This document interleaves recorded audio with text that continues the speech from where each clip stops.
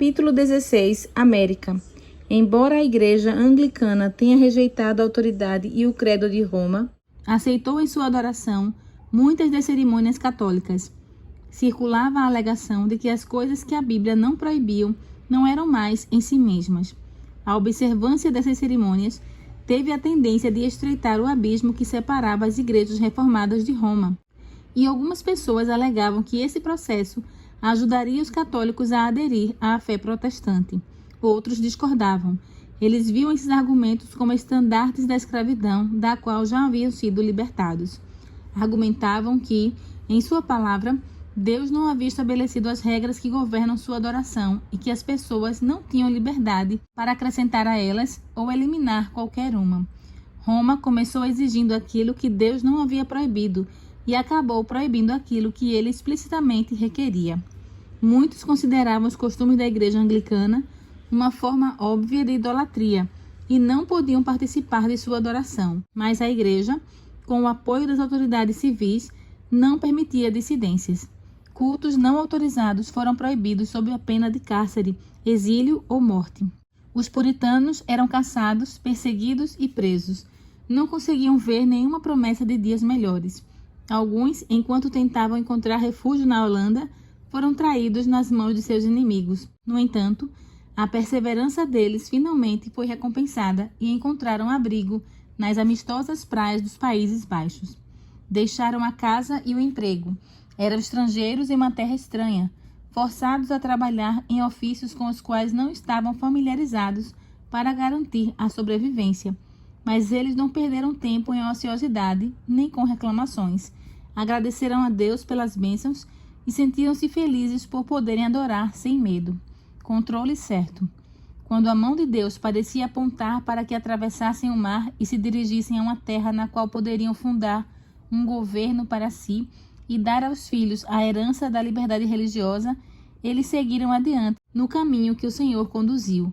Perseguição e exílio abriam caminho para a liberdade. Ao precisarem se separar pela primeira vez da Igreja Anglicana, os puritanos fizeram uma aliança com o povo livre de Deus, para andar juntos em todos os seus caminhos revelados ou a serem revelados para eles. Esse era o princípio vital do protestantismo. Com essa intenção, os peregrinos partiram da Holanda a fim de encontrar um lar no Novo Mundo. O pastor John Robinson, em seu discurso de despedida, disse aos exilados: "Recomendo-lhes, perante Deus e seus benditos anjos, a não me seguirem além do que seguia Cristo. Se o Senhor lhes enviar qualquer coisa por outro instrumento seu, estejam prontos a aceitá-lo, assim como sempre estiveram dispostos a aceitar qualquer verdade de meu ministério, pois tenho grande confiança de que o Senhor tem mais luz e verdade que ainda surgirá de sua santa palavra. Da minha parte, não poderia me sentir pior diante da condição das igrejas reformadas, que agora não vão além daquilo que a reforma lhes trouxe. Os luteranos não conseguem ir além daquilo que Lutero viu, e os calvinistas permanecem exatamente onde foram deixados por aquele grande homem de Deus que ainda não conseguia enxergar todas as coisas. Embora esses líderes fossem luzes acesas e resplandecentes em sua época, ainda não compreendiam todo o conselho de Deus, mas se vivessem em nossos dias, estariam tão dispostos a aceitar a luz adicional quanto a luz que primeiro receberam.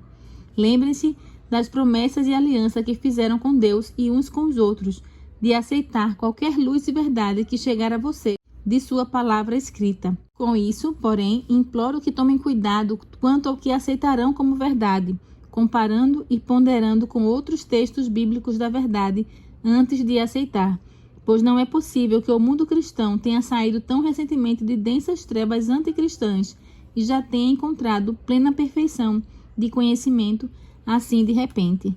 O desejo de ter liberdade de consciência inspirou os peregrinos a atravessar o oceano, suportar as dificuldades da falta de civilização e estabelecer as bases de uma poderosa nação. No entanto, eles ainda não compreendiam o princípio de liberdade religiosa. A liberdade que tanto sacrificaram para obter não estavam prontos para dispensar aos outros. A doutrina de que Deus concedeu à Igreja o direito de controlar a consciência, definir e punir as heresias, é um dos erros mais profundamente enraizados do papado. Os reformadores não estavam completamente livres do espírito de intolerância vindo de Roma. A escuridão densa que envolveu a cristandade ainda não havia desaparecido por completo. Os colonos formaram uma espécie de igreja estatal e autorizaram os oficiais do governo a eliminar a heresia. Tamanho poder secular estava nas mãos da igreja. Isso levou ao resultado inevitável de perseguição, liberdade de consciência. Assim como os primeiros peregrinos, Roger Williams foi para o Novo Mundo em busca de sua liberdade religiosa. Ao contrário deles, porém, reconhecia aquilo que tão poucos até então haviam entendido, que essa liberdade é direito absoluto de todos. Buscava a verdade com devoção. Williams foi a primeira pessoa do cristianismo moderno a estabelecer um governo civil baseado na doutrina da liberdade de consciência. Ele declarou: os oficiais públicos ou governamentais podem decidir quais são nossas responsabilidades uns para com os outros. Entretanto, quando tentam decretar os deveres de qualquer indivíduo perante Deus, estão agindo de forma inapropriada. E ninguém pode se sentir seguro, pois fica claro que se a autoridade tiver esse poder, tem poder para promulgar um conjunto de opiniões e crenças hoje e outro amanhã. Isso foi feito na Inglaterra por diferentes reis e rainhas e na Igreja Católica Romana por diferentes papas e concílios. As pessoas tinham a obrigação de frequentar a igreja instituída, sob pena de multa ou prisão. Roger Williams acreditava que obrigar qualquer um a se unir com aqueles que creem de maneira diferente é uma violação aberta aos direitos naturais da pessoa. Arrastar os não religiosos e relutantes para a adoração pública parece simplesmente exigir que sejam hipócritas. Ninguém deve ser forçado a cultuar, acrescentou, ou apoiar qualquer tipo de adoração contra a própria vontade. As pessoas respeitavam Roger Williams, porém não podiam tolerar sua exigência por liberdade religiosa. Para evitar a prisão, ele foi forçado a fugir para a floresta deserta durante o frio e as tempestades de inverno. Ele conta: por 14 semanas tive sérias dificuldades com o clima rigoroso, sem comida, nem cama para dormir. Contudo, os corvos me alimentaram no deserto e uma árvore oca proporcionou abrigo. Prosseguiu em sua dolorosa fuga pela neve e floresta fechada, até encontrar segurança em meio a uma tribo de índios, cuja confiança e afeição havia conseguido conquistar. Roger Williams lançou as bases do primeiro Estado moderno ao reconhecer o direito que todas as pessoas deveriam ter de liberdade para adorar a Deus de acordo com a luz da própria consciência. Seu pequeno Estado, Rhode Island, cresceu e prosperou até seus princípios fundamentais. Liberdade civil e religiosa se tornaram as pedras fundamentais da República Norte-Americana. Documento de liberdade. A Declaração de Independência norte-americana afirmou: defendemos que estas verdades são evidentes em si mesmas, a saber, que todos os seres humanos foram criados iguais, que receberam de seu Criador certos direitos inalienáveis, que entre esses direitos estão a vida, a liberdade e a busca da felicidade. A Constituição garante que o governo não pode violar a consciência individual. O Congresso não fará nenhuma lei a respeito do estabelecimento de qualquer religião, nem proibindo o livre exercício da mesma.